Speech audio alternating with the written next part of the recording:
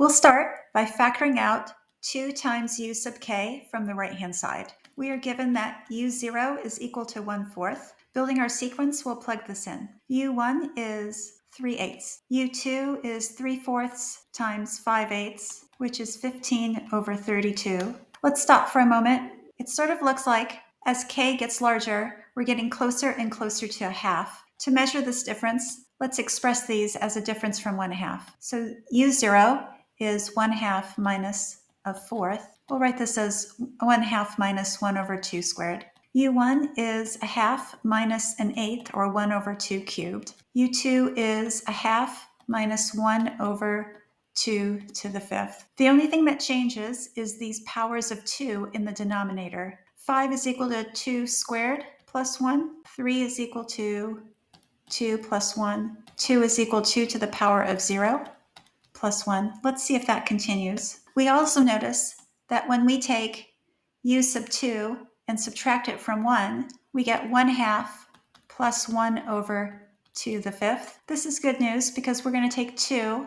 multiply it by u2, which is 1/2 minus 1 over 2 to the fifth. And our next factor is 1/2 plus 1 over 2 to the fifth.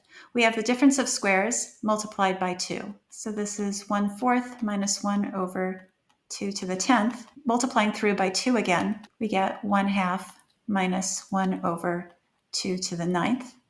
And checking to see our pattern, we notice that this exponent here, 9, is equal to 2 to the power of 3 plus 1, 3 being k in our sequence. So let's generalize for u sub k.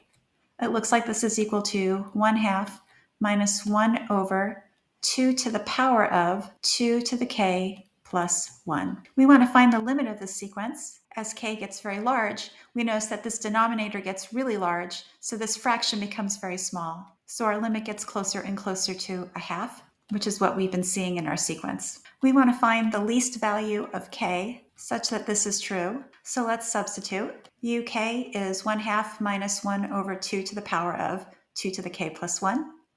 And we're going to subtract our limit, which is 1/2.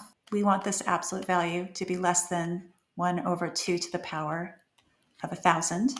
Our 1/2s cancel, and when we take the absolute value of this middle term, when we take the reciprocal at both sides, the direction of the inequality changes, and then we can just compare the exponents. We want the smallest value of k, where k is an integer, and this is true.